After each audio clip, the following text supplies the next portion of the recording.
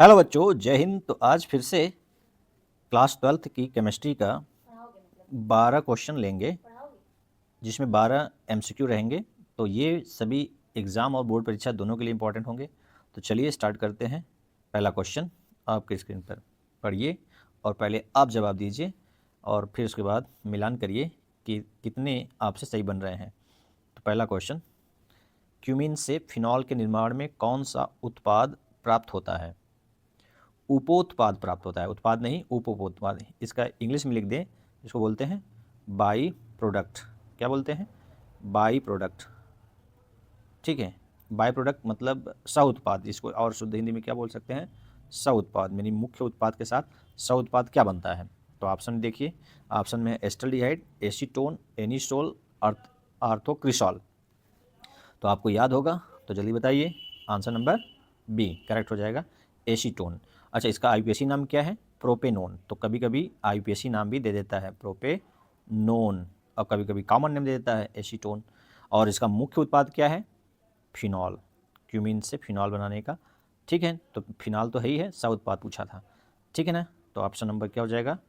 B correct हो जाएगा। Next, chlorobenzene से टॉलुइन में एक चरण में रूपांतरण के लिए कौन से अभिकर्मक आवश्यक है?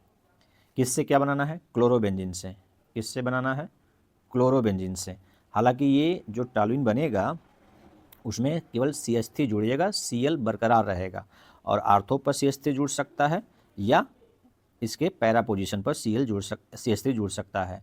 यानी ये फ्रेडल क्रॉप रिएक्शन होगा। तो जल्दी बताइए क्या क्या लेंगे। तो जल्दी से देखने के लिए क्लियर कर दिया मैं, अब बताइए।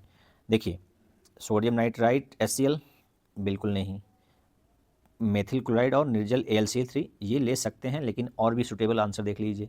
सी में दिया है CH3 Fe अंधकार। अंधकार तो सुटेबल है, लेकिन यहाँ Fe की जगह क्या होना चाहिए? FeCl3 होता तो ये भी नहीं होगा। अगला है डी में। देखिए, डी में देखेंगे तो आपको लिखा है क्या? CH3Cl सोडियम शुष्क ईथर, ये भी नहीं। ठीक है ना? फिर से देख लीजिए इसको, CH3Na शुष्क ईथर, तो ये ऊर्जा रिलेशन लेते हैं, ये भी नहीं। तो ऑप्शन नंबर बी क्या हो जाएगा? करेक्ट हो जाएगा। ठीक है, चलिए next question. Fe2H4 whole thrice 3 minus, charge क्या है कम्प्लेक्स पर? 3 माइनस है, में आयरन की उप संयोजन संख्या यानी कोऑर्डिनेशन नंबर CN नंबर कितना होगा? तो आपको पता होगा, क्या पता होगा कि जो ये लिगेंड है, यहाँ पर लिगेंड ऑक्जिलेट आयन है C2O4 2 माइनस, ये ऑक्जिलेट है। ऑक्जिलेट आयन क्या होता है? इसमें डोनर एटम की संख्या क्या होती है? एक लिगेंड में 2 डोनर एटम होते हैं।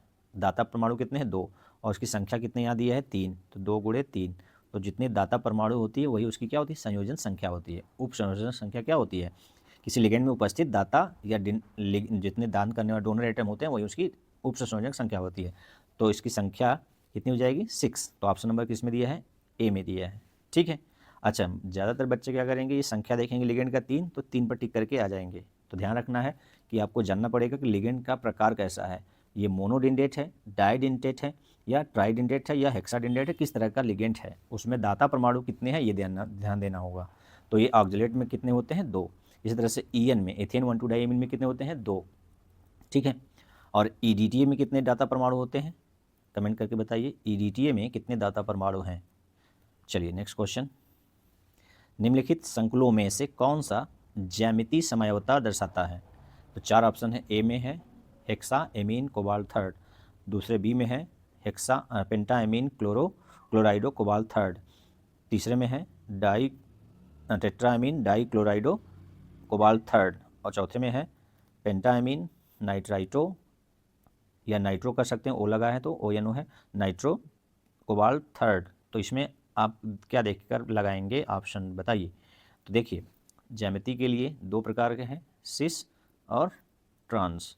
तो 2 डिफरेंट टाइप का लिगेंड होना चाहिए, LA और LB टाइप का। यानी लिगेंड कितने तरह के होने चाहिए? 2 तरह के। तो किसमें 2 तरह के लिगेंड हैं? तो इसमें तो एक ही तरह का सब लिगेंड है, 6 लिगेंड्स सेम है। इसमें 2 तरह का, लेकिन उसकी संख्या ऑड संख्या में 5 और 1 है, तो ये भी नहीं होगा। हमेशा संख्या किस में होनी चाहिए? बराबर, मतलब कम से कम 2, 4, 3 या 3 ऐसे होने चाहिए। मतलब कहने का है कि सिस ट्रांस में बन सके वो। तो 5 और 1 है तो बन ही सकता नहीं, 6 है तो बन नहीं सकता। अगला देखिए, यहाँ पर संभावना है कि ये कोबाल्ट हो जाए, ठीक है, और 4 प्लेन में हो जाए, ये NH3 कितने कहाँ कहाँ हो जाए यहाँ पर, ठीक है, ये हो गया NH3, और एक जो ऊपर है एबव द प्लेन Cl और बिलो द प्लेन Cl, तो ये कौन सा फॉर्म है उसका, ट्रांस, और यही दो क्या हो जाए साथ में आ जाएगा, यहाँ पर आ जाए, यहाँ पर Cl और यहाँ पर Cl, तो क्या हो जाएगा सीस, तो ये दर्शाएगा, ठीक है। जबकि ये 5 और 1 फिर भी नहीं देगा, ये मतलब ज्यामिति के लिए कम से कम 2 समान तरह के लिगेंड होना चाहिए, ठीक है ना। चलिए, यदि असमान होता है, चारों असमान होते हैं तो उसमें मेरिडोनियल, चलिए क्या लगता है आप समझ जाएंगे आगे पढ़ेंगे तो।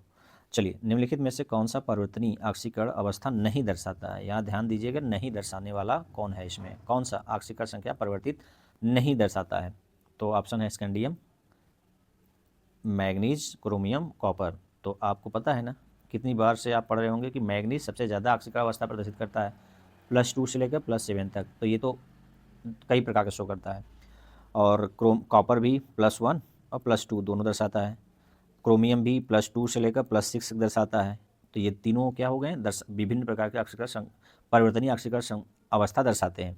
लेकिन स्कैंडियम जो होता है केवल +3 ऑक्सीकरण अवस्था दर्शाता है, केवल ये, तो ये आंसर नंबर क्या हो जाएगा, ऑप्शन नंबर 1 करेक्ट हो जाएगा, स्कैंडियम परिवर्तनीय ऑक्सीकरण अवस्था नहीं दर्शाता है, नहीं।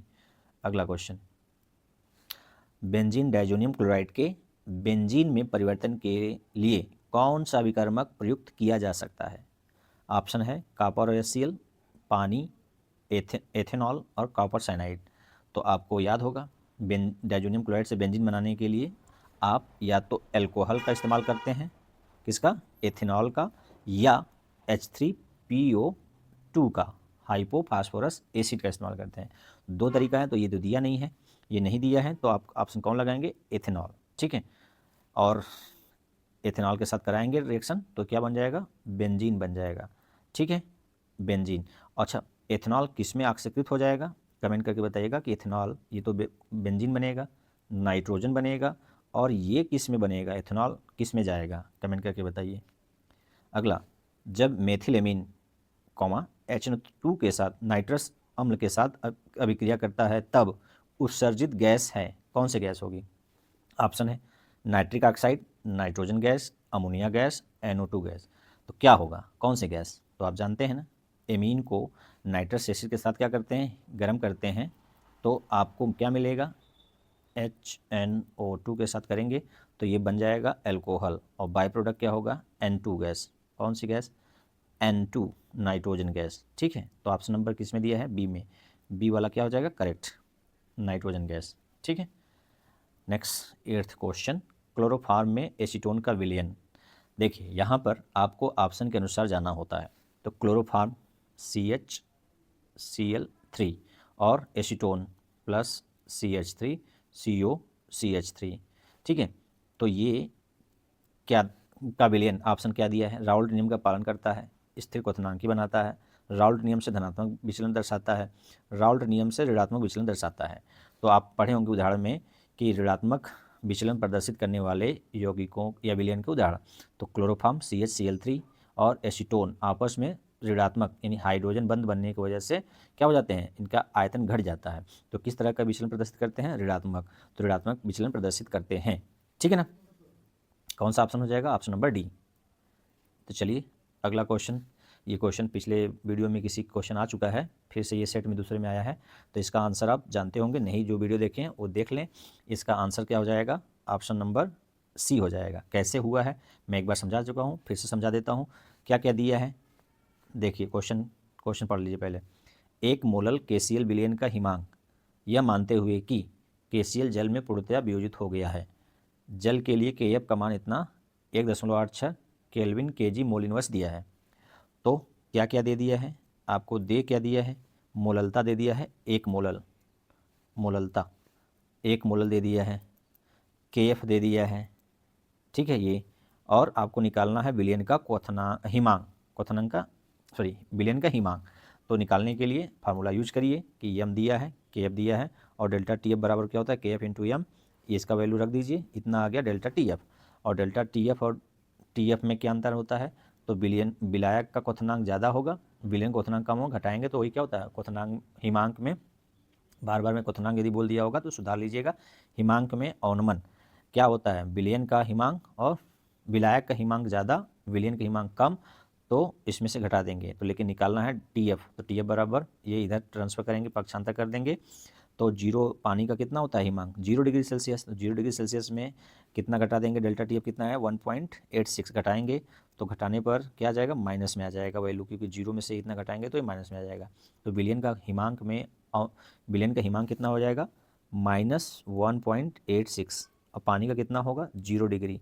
तो क्या आया विलयन का, मतलब विलयन का हिमांक विलायक के हिमांक से क्या होता है हमेशा कम होगा, तो कितना आया है माइनस में गया है 1.86, ठीक है ना।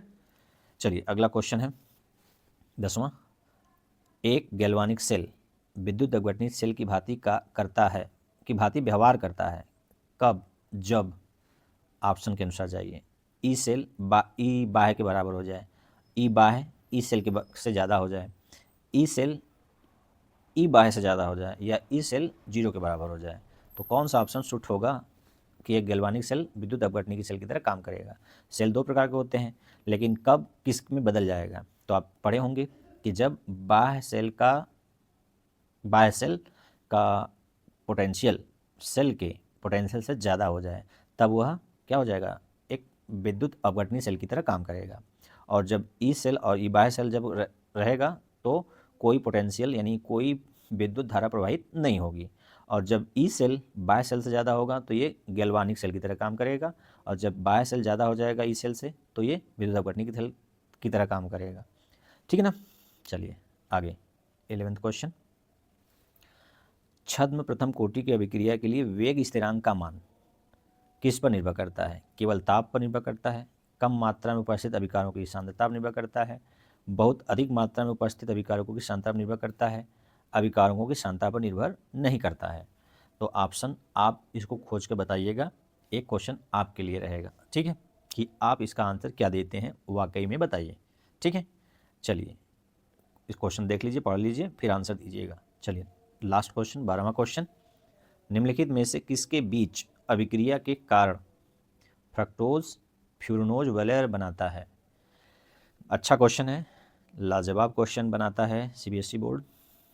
निम्नलिखित में से किसके बीच अभिक्रिया के कारण फ्रक्टोज फ्यूरनोज वलय मतलब साइक्लिक संरचना बनाता है, तो आप ध्यान से पढ़े होंगे तो आप बता पाएंगे। ऑप्शन क्या है, C1C5, C2C5, C1C4 और C1C2। तो आप जानते हैं ना साइक्लिक स्ट्रक्चर जब बनता है फ्रक्टोज, तो 5 कार्बन की रिंग बनता है, 5 सदस्य होते हैं रिंग में। तो किसके किसके बीच जो फ्रक्टोज का जो क्रियात्मक समूह होता है वो किस कार्बन पर होता है, C2 पर होता है, और किसके साथ रिंग बनाएगा, C5 के साथ। तो C2 और C5 के साथ रिंग बनता है, ठीक है ना। और ग्लूकोज क्या बनाता है, C1 और C5 के साथ रिंग बनाता है, ये ग्लूकोज बनाता है। लेकिन यहाँ पूछा क्या है फ्रक्टोज, तो फ्रक्टोज किसके साथ बनाएगा, C2 और C5 के साथ। तो ऑप्शन नंबर बी करेक्ट हो जाएगा, ठीक है। और ये ग्लूकोज होता तो क्या आंसर हो जाता, ग्लूकोज होता तो C1C5 हो जाता, लेकिन हमें फ्रक्टोज पूछा है तो C2 और C5 के बीच, ठीक है। तो आज के लिए 12 क्वेश्चन तो देखिए और कितना आप इससे कर पाते हैं, नहीं कर पाते हैं तो फिर से बुक पलटिए और अपने को तैयार करिए, ठीक है, किसी भी परिस्थिति से निपटने के लिए। यहाँ पर किसी परिस्थिति का मतलब चाहे वो बोर्ड में हो आया हो क्वेश्चन या किसी कम्पिटिटिव एग्जाम में, ठीक है। तो चलिए आज के लिए इतना ही, फिर मिलते हैं अगले वीडियो में। और जिसको इस समय इसकी ज़रूरत है उसको शेयर ज़रूर कर दीजिएगा।